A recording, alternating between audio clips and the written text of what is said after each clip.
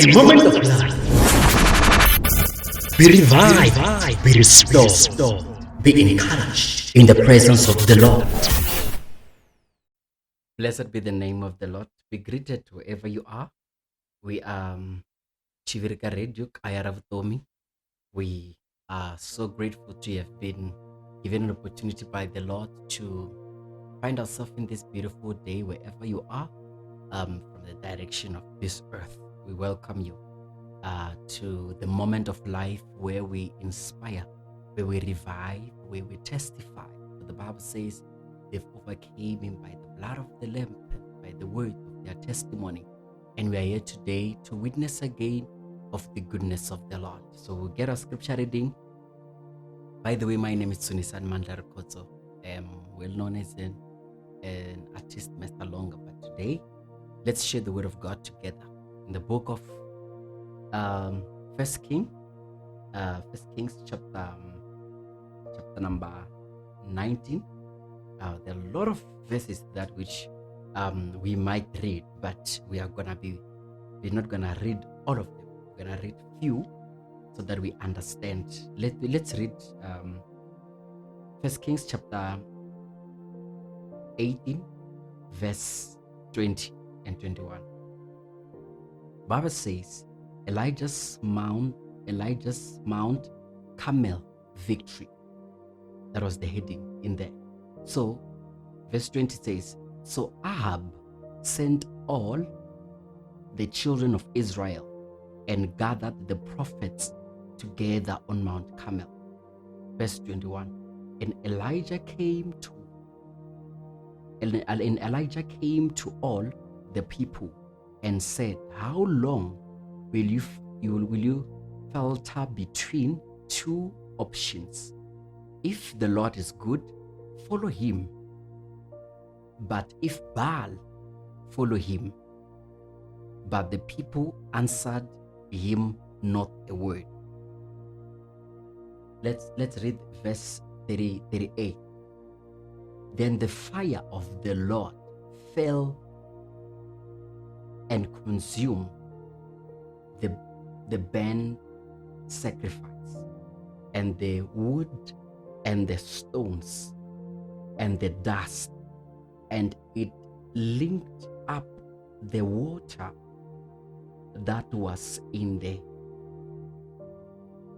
And then let's read again, chapter 19, verse 1 and 2. Hey, listen to this. The topic here says Elijah escapes from Jezebel. And Ahab told Jezebel all that Elijah had done. Also how he had executed all the prophets with the sword. Verse 2.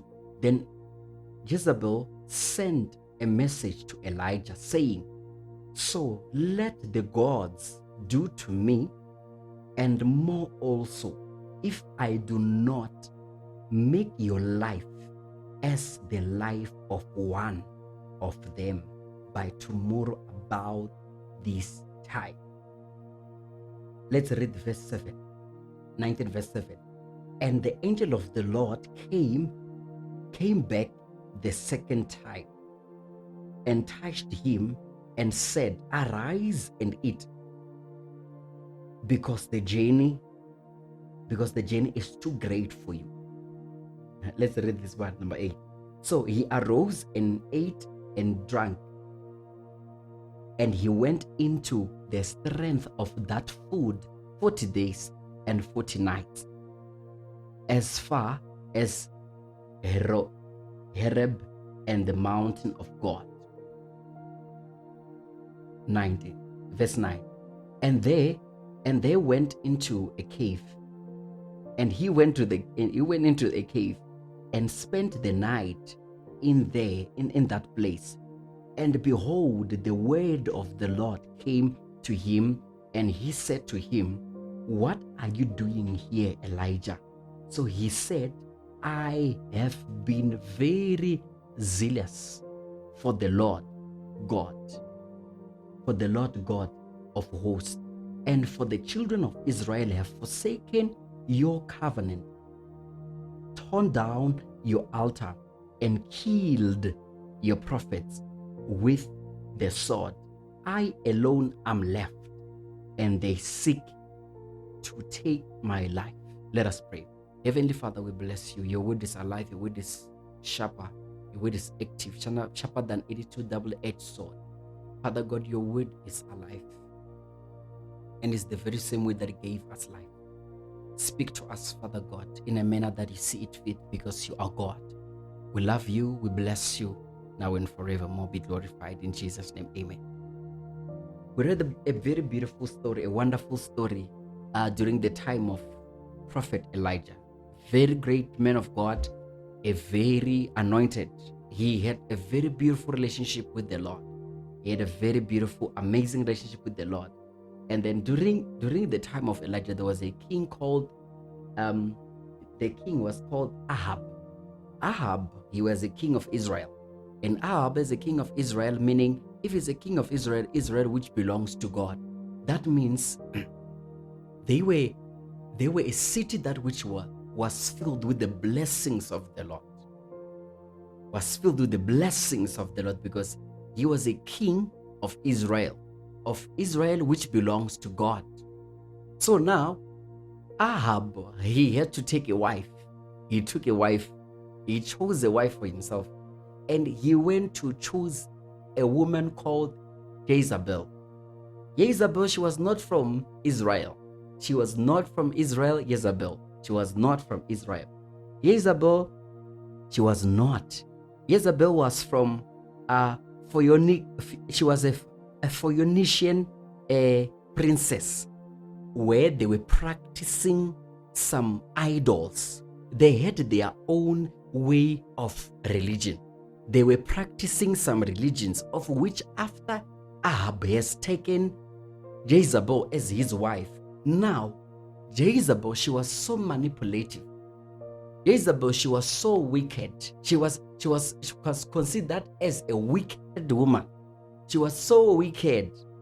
She was so manipulative.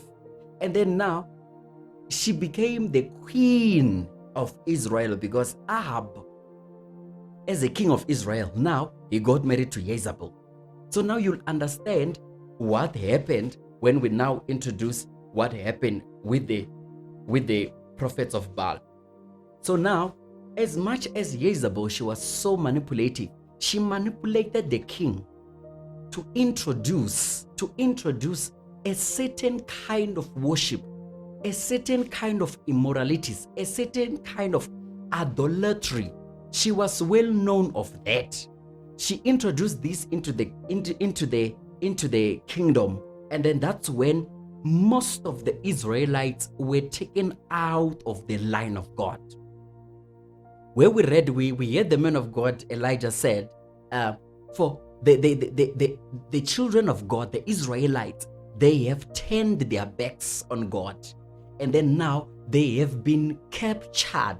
They've been captured into now falling for the traps of Jezebel as a queen. So Jezebel, she manipulated the king Ahab into falling on the trap of finally allowing Jezebel to introduce her own way of worship, her own customs of worship. That's when she introduced and finally find a way of ordaining. I believe by the time she was a queen in there, she came, and after she was trying to introduce the Baal worship, she had to outsource and call people from where she's coming from to come and teach the customs of Baal on how they are going to worship Baal, because she manipulated the king, and then the king agreed because he was in love. And then that's when the Israelites, most of them, they finally fell for the trap, and they finally started worshiping, idolizing, making a god for themselves to worship. That's when now we talk of the prophets of Baal. They were then manipulated in them being made. They were taught to a point where they became servants of a foreign god which was introduced by Jezebel, because she was evil, she was wicked, she was so manipulative. And then now we find the men of God saying, the children of Israel, they have forsaken God, and then now they are finding themselves. They've even broken the altar of the Lord. That is what the man of God is saying. And then now, where we read in the book in chapter 18, verse 20, the Bible says now the man of God, he was not happy with what was happening, and then he felt like he was then alone left. Who was saving the Almighty God? Because the Israelites, they've been captured by this wicked woman called Jezebel, who was a queen. So now, and then he said, Ahab, he called everyone. He called everyone in the city, and then they went to the mountain Carmel. And then also Elijah, he was there. And then Elijah, he asked everyone, he said, how long?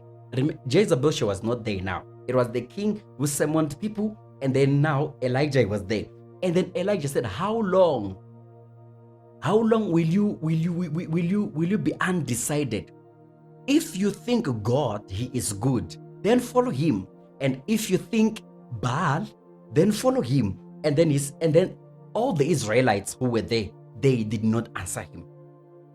It's an interesting story. Listen to this. They did not answer him. And then he said, let's have 2 bulls. Let's have 2 bulls, and then you will choose for yourself the one. And then you will make a sacrifice. And then you will put water on it. You're going to put no fire on it. And then you put no fire on it. And then you call your God, you call your God Baal to come and answer with fire. I will also do the same to my God. And then the Bible says they did that, and then they slaughtered the cow, they slaughtered the bull, and then in pieces, and then they made an altar. They put the bull in there, and then they started calling on their God, as they were called now the prophets of Baal, because they were saving Baal. They called the whole night, they called the whole day, they called, but there was no answer. They did not have any answer, until he said, no, keep on calling. Maybe he's sleeping, maybe he's busy, he's God, remember, he's busy, maybe he's busy, maybe he's still attending some other things. Keep on calling. The Bible says until they even took a knife and cut themselves, and then blood started coming out as their custom. That means the teachings of Jezebel was now within their spirit, was now within their hearts, to a point where they got used into them cutting their flesh, and blood was coming out. The Bible says according to their custom. That's when you can understand that that's this thing, these are the things that they were used into doing. And then now the Bible says there were no answer. And then now he said, okay, your time is up. And then they had to prepare his own bull now. And then they prepared, and then he took 12 stones according to the house, according to the tribe of Israel. And then now the Bible says after they put the meat of that bull in pieces, he said, put on water, put more water on the woods, everywhere, until the water was then overflowing, and said, put more water. Even the 3rd time he said, put more water. And the Bible says now, when he started calling unto the God of the heavens, the Bible says now the fire came down. The fire came down. Then the fire of the Lord fell and consumed the burnt sacrifice, and the wood and the stones and the dust, and it linked up the water that was in there. That means the power of the Lord, the way God responded, he responded in fire to a point where he consumed even the dust that which was there. And then now that's when they started realizing that they were twisted. Their mind, their hearts were twisted. They were deceived. And then Elijah demanded that everyone who followed Baal, who followed the customs of which Jezebel, the wicked woman, introduced, they had to be killed. And then the Bible says he gathered all of them, and then they were killed. They were all killed by a sword. And then Ahab, the husband, the king, he went back home, And then when he went home, he arrived and then he said to his queen, he told the queen whatever that happened on how Elijah has executed, has killed, has slaughtered all the prophets. And then now, Jezebel, she sent a message. Listen to what she said. She said, go and tell him. She said, go and tell. She sent a messenger. The Bible says, then Jezebel sent a messenger to Elijah, saying, so let the gods do to me, and more also, if I do not make your life as a life of the one, as of one of them by tomorrow about this time. It was a threat. She was so wicked. She was so wicked. That is why then finally the Israelites, the whole Israel, almost the whole Israelites, they were then sinked in and they were drawn and then they were captured by teachings of wicked ways as she introduced these idols. And then now the man of God, after he have just performed a miracle, listen to this, after he just performed a miracle where God answered through fire and bent the stone and bent even the dust and he bent the waters, after he heard this word, he knew how wicked she was. The Bible says he flee for his life. It is recorded so he flee for his life and went to the wilderness. When he arrived at the wilderness, he was hiding. And then the Bible says the angel of the Lord, the angel of the Lord, and before the angel of the Lord, he went before the Lord and said, Lord, kill me, let me die, because I'm not better than my forefathers. I'm not better than my forefathers. And then he lay and slept under a broom tree. Suddenly, an angel, the Bible says, an angel touched him and said to him, arise and eat. He arose and ate. He woke up and then he ate. He slept again. He slept again. Though he wanted to die, he was hungry. And then the angel gave him food and said, arise and eat. He ate and slept again. And then the Bible says, and then he lay and slept under a broom tree, as I read. And then now again, then he looked, and there by his head was a cake baked on coal and a jar of water. He drank and then he ate. The Bible says, and then through the food, the energy that he got from the food and the water that he was given by the angel, he was able to walk for 40 days and 40 nights without any other food.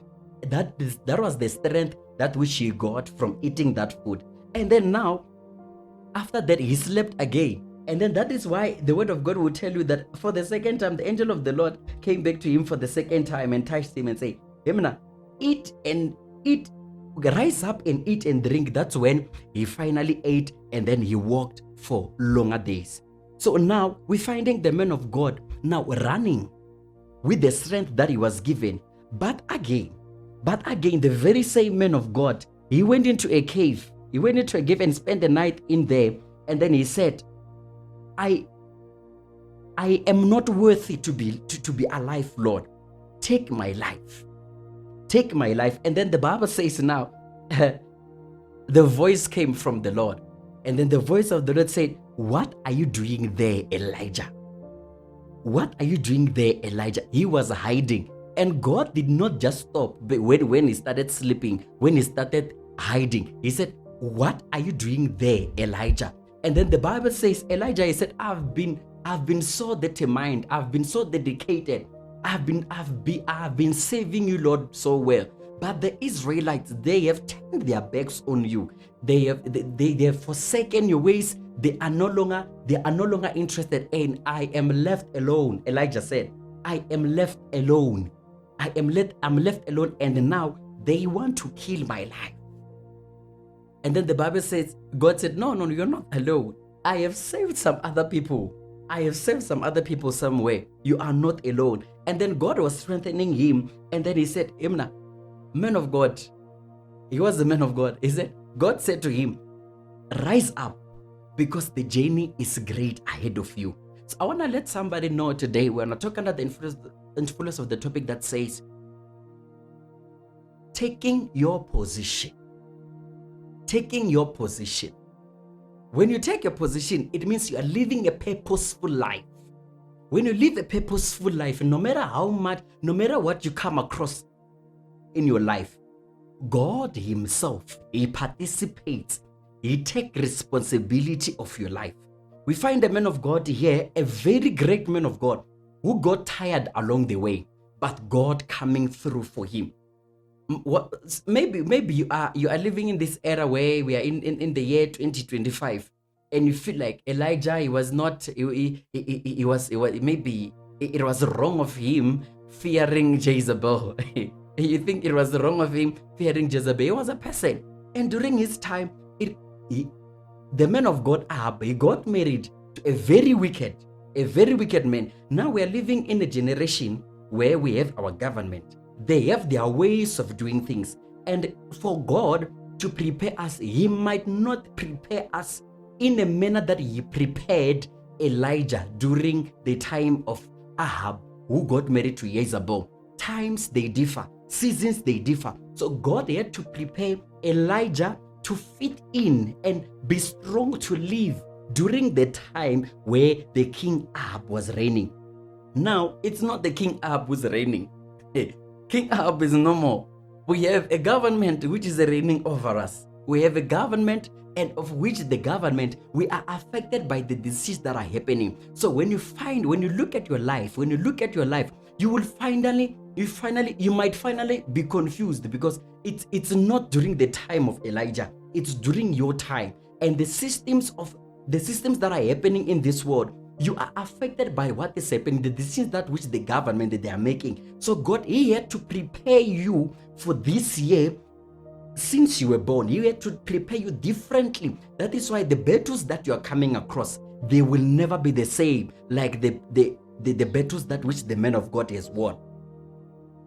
It's totally different. So now we're finding the man of God now, him being scared of Jezebel, because he knew what she was capable of. If she was able to manipulate the whole Israel, even people who were very strong on their faith, people who were worshippers, people who were so dedicated on the things of God, they were now so dedicated and called the prophets of Baal, because now they were so dedicated, they were so synced into the customs of which a woman she introduced into the city. So now you understand that the man of God, he found himself in a situation where he was so strong in faith, he was so strong, and he was filled with the power just after making a miracle, and the whole country was looking.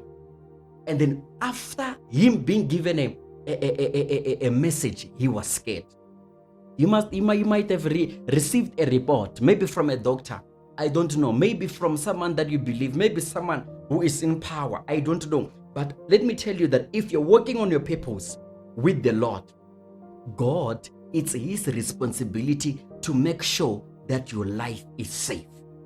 I don't know what's happening. I don't know what you're coming across. I don't know what is threatening your life. It might be disease. It might be sicknesses. It might be at your workplace. There might be people who are threatening your life. But if you are working purposefully with God, I assure you that it's God's responsibility to make sure that he provides for you. It's God's responsibility to make sure that your life is safe. It's God's responsibility to make sure that you are taken care of. But that was not enough, Elijah. He proceeded and said, Lord, now it was God pleading with him to say, you still have a great journey ahead of you. But Elijah, it was not enough of what all this, that which God said. It was not enough. Verse 11 says, listen to what verse 11 says. 1 Kings chapter 19, we're in verse 11 now. Then he said, go out and stand on the mountain, before the Lord.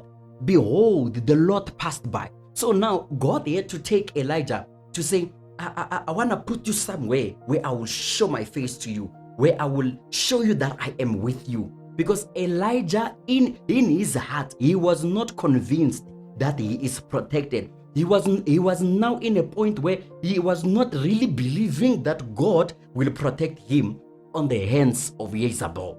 He was not scared of whatever that which happened, but now he was scared of this wicked woman, Jezebel. And then now the Bible says the Bible says the Lord passed by, and a great and strong wind tore into the mountain and broke the rocks in pieces before the Lord. But the Lord was not in the wind. After the wind, the earthquake, but the Lord was not in the earthquake. Verse 12. And after the earthquake, a fire, but the Lord was not in the fire. And after the fire, a still small voice. Verse 13. So it was when Elijah heard it that he wrapped his face in his mantle and went out and stood in the entrance of the cave. Suddenly a voice came to him and said, "What are you doing there, Elijah?" So it has been a long conversation between God and Elijah, because God made Elijah for himself. He prepared Elijah to make Elijah his own servant. And then now his servant was filled with doubt. His faith was no more. He was so discouraged because of a wicked woman who gave a message. He had a message from a wicked woman to say, "May the gods do to me what you did to some of my people, if ever I don't kill you by tomorrow this time." So all this conversation, all these doings of the Lord, he was trying to make Elijah understand, "I am your God." I want to tell you somebody, it doesn't matter how many times you have not done it right. If you are still under the purpose, if you are still working on the purpose, it's God's responsibility to take care of you. It's God's responsibility to mend your heart. It's God's responsibility to renew your strength. For the Bible says, those who trust upon the Lord, they shall renew their strength. By all means, within you, there are factories which are responsible of mending your heart, which are responsible of giving you breakthrough, which are responsible of renewing your strength. And then now we find the man of God. He was so confused. And then now God, he took him into a cave, and then he spoke with him to say, "You're gonna hear me." And then the Bible says there was a great wind, there was a great storm, of which even broke the rocks. But God, he was not in the wind, he was not in the storm.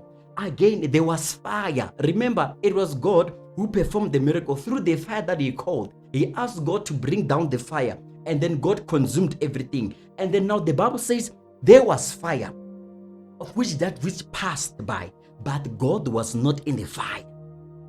There was a great storm, God was not in the storm. But after all, there was a small voice, a peaceful voice. The very same peaceful voice, the Bible says, when he heard the peaceful voice, the Bible says now he wrapped his face with his mantle. He wrapped his face with his mantle, and he knew now God is here. And then the Bible says, God asked again, "What are you doing here, Elijah?" So I want to tell somebody today that it doesn't matter what is happening in your life. I don't know why you are there. Maybe you're finding yourself in a place that you're not supposed to be. But God is still here today. He's not done with you. Your journey is still ahead. You still have a long way with the Lord. He is not done with you. So maybe if you are reading this story, one can say this man of God finally was coward. No.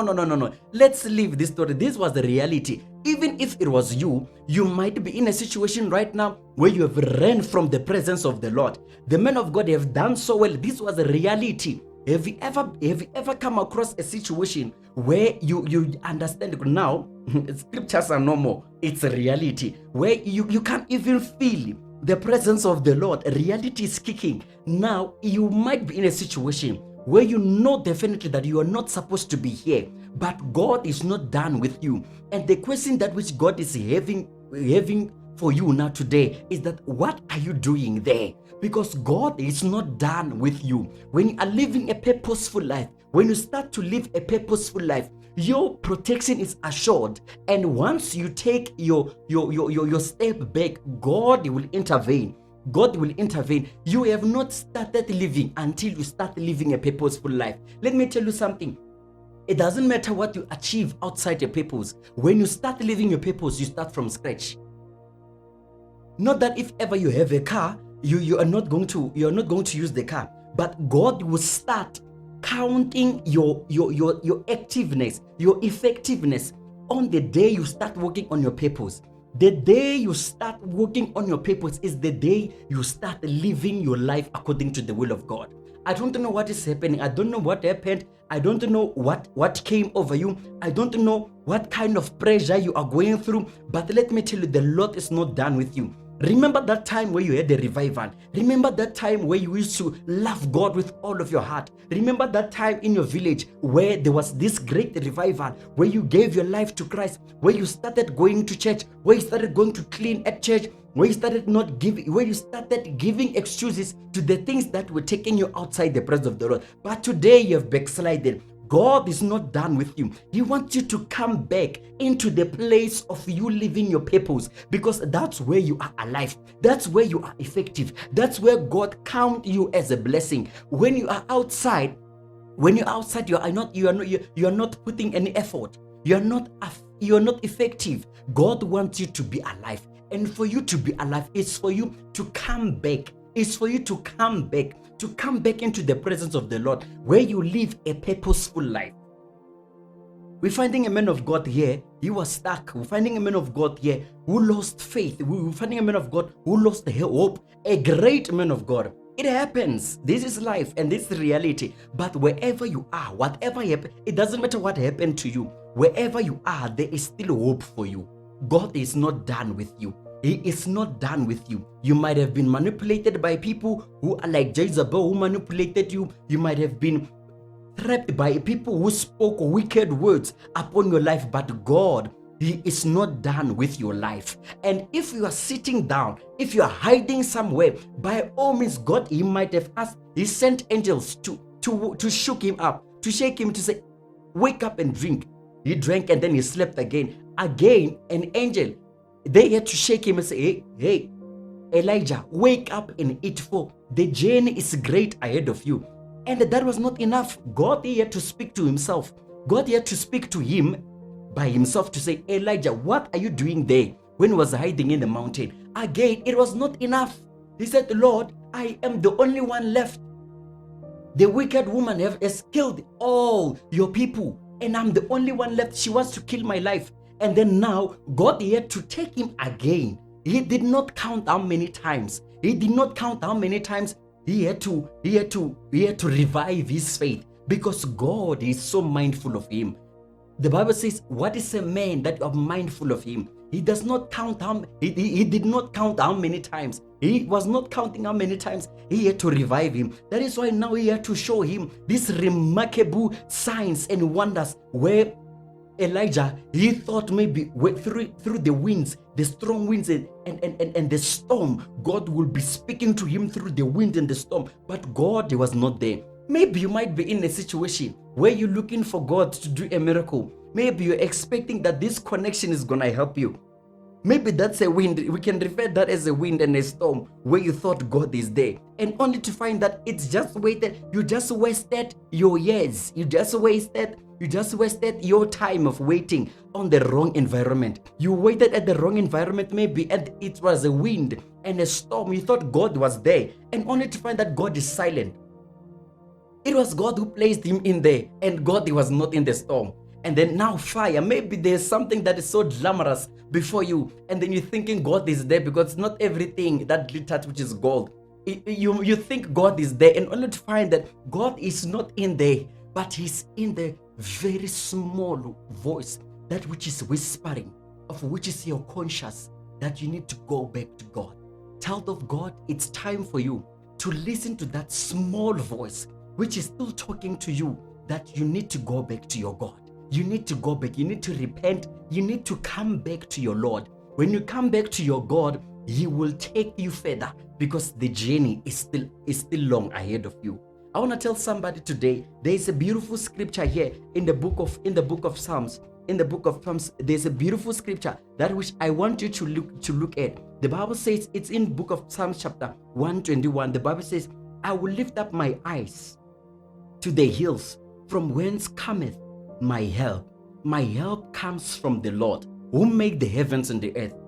You have been doing the most. You might have been doing the most, trying your luck, dropping those CVs, going to meet those people that you thought they will connect you, and only to find that the Lord was not in there. You might have tried many things. You might have been doing that one thing over and over again in your business, and only to find that God was not. It seemed like God was not in there. But let me tell you something. God is with you. He is not done with you. As long as you stand and live and stay on your lane, you stay on your purpose, God, you are assured of your victory. There's a beautiful verse that I want to leave you with. The Bible says in the book of Proverbs chapter 23, verse 18, the Bible says, "For surely there is a future hope for you, and your hope will never be cut off." It says, "For surely there is a hereafter," meaning there is a future hope for you. Another translation will say, "Surely there is an end." When we talk about an end, meaning there's an end of all of what you're going through, of all of your sufferings, and your expectation, your hope will never be put to shame. Your expectation will never be put to shame. The man of God, Elijah, was then finally restored, and then he heard God say, "What are you doing here, Elijah?" And then he finally then believed, and he repented. His faith was then restored, and then God instructed him to say, go into a place that which he showed him, to say, "You're going to find this one, you're going to find this one, you're going to find this." That's when he found even Elisha, and then he finally made him his servant, and then they started ministering together. Let me tell you something. You are so important before the Lord. You are so important before the Lord. Your family, they need to live because you are living for the Lord. Your family, they need to be restored because you have recovered your faith. You need to come back. If ever there are a lot of winds, there are a lot of storms, and there are a lot of fires around you that you think God is there, listen to your inner man. Listen to the small voice, that which you once heard from the Lord, which was so peaceful within you. God is still talking to you. He is still talking in the midst of the storm. You might find that God is not talking in there. In the midst of all these things that which seems to be so amazing and glamorous, God might be quiet. But if you can just sit down and listen to God and have a moment with yourself, you will hear God speaking in a peaceful way to say, go back to your position. Your position, the day you start living in your purpose, that's when you realize that all the questions, I want you to mark this, the day you start living a purposeful life, that's when you realize that all the questions that you have, which you think they are not answered, they cannot be answered because you're looking for God where it's not. The day you start living a purposeful life, that's when you realize God, He will whisper to you and He will answer. He will make you understand even things that which you thought they were not answers for. There is answer for everything. You just need to stand on your position. If you know you are needed to do something, if you know you need to do that business, it doesn't matter how many people failed. You can do it because you know that's what has filled your heart. That is what has filled your heart. God said to Ezekiel one day, Ezekiel chapter 3, He said, son of man, open your mouth and eat what I'm giving you. I believe so much that Elijah was filled with a message. That is why he was bold to stand before thousands and thousands of the prophets of Baal, and he declared to say, if God is good, follow him. If Baal, you think Baal is good, follow him. He was so bold because he was filled within him. God said to Ezekiel, son of man, open your mouth and eat what I'm giving you. Eat this scroll and go and give its message to the people of Israel. So he had to fill his stomach with the words that which God, he had to fill him with. That is why when he was taken in chapter 37, when he was taken into the valley which was filled with bones, he was so positive to prophesy because he was filled. Maybe you were filled back then, and then now you ran out of words. You ran out of your faith.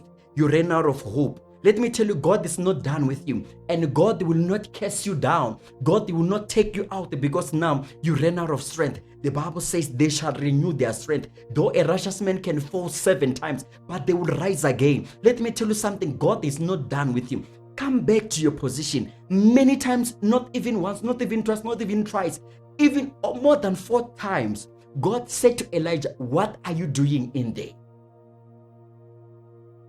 An angel spoke to Elijah, it was not enough. An angel spoke to him again, was not enough. And God he spoke to him again. It was not enough. That is why God had to take him to a cave. And then finally, he have shown him to say, there can be a wind, but he was not there. There can be a storm, but he was not there. There can be a fire, but he was not there. And then through the small voice, he whispered to him. He spoke to him. And then again, he said, what are you doing in there? Maybe it's a question that is coming to you today. What are you doing where you are? I don't know where you are, but what are you doing in there? God is asking today, what are you doing in there? Because there are lives that you must save. There is a purpose that which you need to fulfill. There is the world, the Bible says the world is waiting and longing for the manifestation of the sons of God. The world is waiting and longing for your response. To manifest, it means is to respond. They waited for Elijah to respond. He waited for Baal to respond, and Baal did not respond. The whole day, Baal did not respond. And then now finally, a son of God, a prophet of God, he had to respond and say he called unto his God. And then God responded. Wherever you are, God is calling you back to step in your position so that you can respond. Your family, they need you. Your family need you to come and respond. There might be sicknesses, but God is trusting you. He wants to fill you again with his words so that you fill your stomach with it, so that you go and give its message to the children of Israel. He said to Ezekiel, son of man, open your mouth. He said it 3 times. Open your mouth and eat what I'm giving you. Eat this scroll and go and give its message to the people of Israel. When you run out of strength, do not leave your position. The Bible says they shall renew their strength. Stay in your position. When you run out of strength, to whom, Lord, we can go, because in you there are words of eternal life. That was Peter when he said to Jesus, after Jesus had been preaching, and then now people thought they came to Jesus and needed Jesus to perform miracle. They needed Jesus to perform miracle and give them food. And then Jesus, this time, he did not give them food. He said, if you are hungry, eat my flesh. When you eat my flesh, you will never be hungry again. If you are thirsty, eat my blood. You'll never be thirsty again. And then but the Bible says, the people said, he is preaching difficult teachings, and then they left him. And then he turned into his disciples and said, why don't you leave? Because they are leaving. And then Peter said, to whom, Lord, we can go? Because in you, Lord, there are words of eternal life. I'm telling you, when you run out of strength, God will give you strength. He gave the man of God Elijah strength when he ran out of strength. He did not give up on him. I want to tell you something, somebody, that God will not give up on you. He has not given up on you. There is a song that says, don't give up on God, because he won't give up. He will never give up on you. Remember, even the Israelites, the Bible says now, when you took Ezekiel into a place filled with dry bones, he said, these are, oh my God, listen to this. He took him into a valley which was filled with bones. These bones, maybe you could not even tell which one is a hand, because it was bones and they were scattered. Meaning, if a hand has 2 bones joined together, maybe they were separated, because if now we have 2 bones here and then they are only joined because of veins, now they were no longer veins, meaning they were scattering all over. And then the Bible says, these are the whole army of Israel. These are the whole army of Israel. He took Ezekiel, not Elijah. Ezekiel, he was not there during the time of Elijah. Maybe these are all people that which were killed, which were following Baal. And then God, he had to rise them again. God, he had to forgive them. Let me tell you something. If you belong to God, there is still hope for you. You can be forgiven. You can rise again. Maybe you no longer have hope that your mother can rise again, but you can rise again. Wherever you are, it doesn't matter what has happened. It doesn't matter where you are and how long you have died in your faith. It doesn't matter how long you have backslided. It doesn't matter how long you have lost your faith. It doesn't matter how long you have been living your life outside the faith. It doesn't matter how long you have been saying this church thing is not helping with anything. It's not just thing that is not helping with anything. Come back to your position. When you come back to your position, everything is going to make sense. You will see how effective, how useful you are before the Lord. When you're outside the purpose of God, when you're living your life outside the purpose, let me tell you, you will have answers. You will have questions which will not be answered. No one will answer you because you're outside your purpose. But when you step into a cave, that which God is calling you to come and hide in there, I am telling you, the Lord will speak to you. And when He speaks to you, He will strengthen your brethren. When the Lord speaks to you, He will strengthen you. When He speaks to you, you will know that the Lord have shown me mercy. You are needed at war. You are needed by your family. You are needed by your village. You are needed by the country. You are needed by South Africa. It doesn't matter who is ruling during that time. It doesn't matter what the chief of your village is saying. It doesn't matter what the president has said. It doesn't matter. But if you are living your purpose, God is gonna direct you. During the time of Elijah, Ahab, he was a king. Now it's your time of living. I don't know who is your king, and I don't know how they are operating, but God, He has prepared you enough. He has prepared you enough. He knows, He believes in you. He trusts you that you're gonna carry on with the journey. He began a good work in you, and He's not gonna stop today. That is why He's so patient with you. That is why He will never stop. But let me tell you that when the time is still here, return to the Lord. When the time is still here, listen to that small voice that is still talking to you. Listen to that voice that which is talking to you to say, repent, go back to the Lord. What are you doing wherever you are? What are you? God is calling you by your name. I don't know what's your name, but my name is Zunisan. God is asking me to say, what are you doing there, Zunisane? There might be places that which you are at and you were not supposed to be there, and you know very well that you're not supposed to be there. God is asking you, what are you doing there? He is mindful of you. He cares about you. Elijah was given a bread which was then made through cold, and he was given water which gave him strength to walk 40 days and 40 nights. He needed no food because he was fed by the Holy Spirit. Let me tell you something. There is God in heaven who is not done with you. He needs you to be alive. Our help comes from the Lord. If you are confused, if ever you are confused, you don't know what to do. You have questions which you don't have answers. Let me tell you, go back to your position. When you're back at your position, you will be answered. In order for you to see how amazing and effective you can be, is for you to go back. Elijah got stopped talking to him until he had to go back to his position. After he went back to his position, because after God, he whispered through a small voice to say, what are you doing here, Elijah? Elijah finally repented, and then God started talking to him. That's when he found Elijah.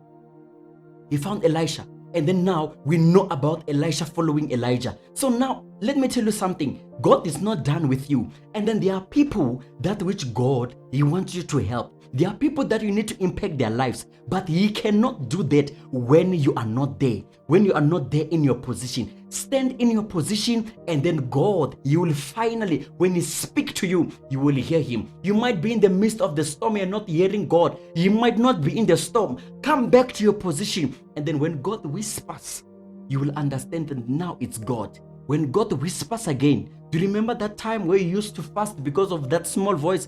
Go back to your position. The very same voice, you will know that this is the Lord talking to me. Do you remember when God used to tell you to wake up and pray? That was God, and God is not done with you. Listen to that small voice. When it takes you back to your position to pray, I am telling you, you will see that God is speaking. I've been away. These are the answers I've been looking for. Go back to your position. He is so mindful of you. He's not done with you. Let me tell you something as I conclude. Go back to your position. Live a purposeful life. He is not done with you.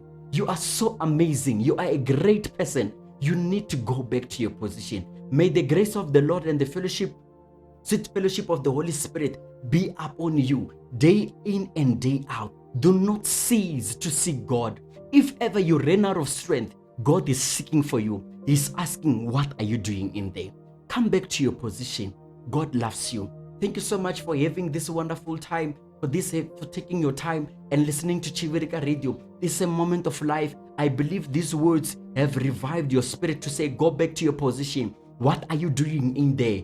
There are some answers that you're not going to get when you are outside your purpose. But the day you start living your purpose, that's when you would know that the answers were already there. You were just away. God bless you. This is Chivirika Radio, Kaya Ravtomi. We love you so much. My name is Zunisan. Thank you so much for having me in this moment that we had to preach to you. May the Lord bless you. Shalom. pareció.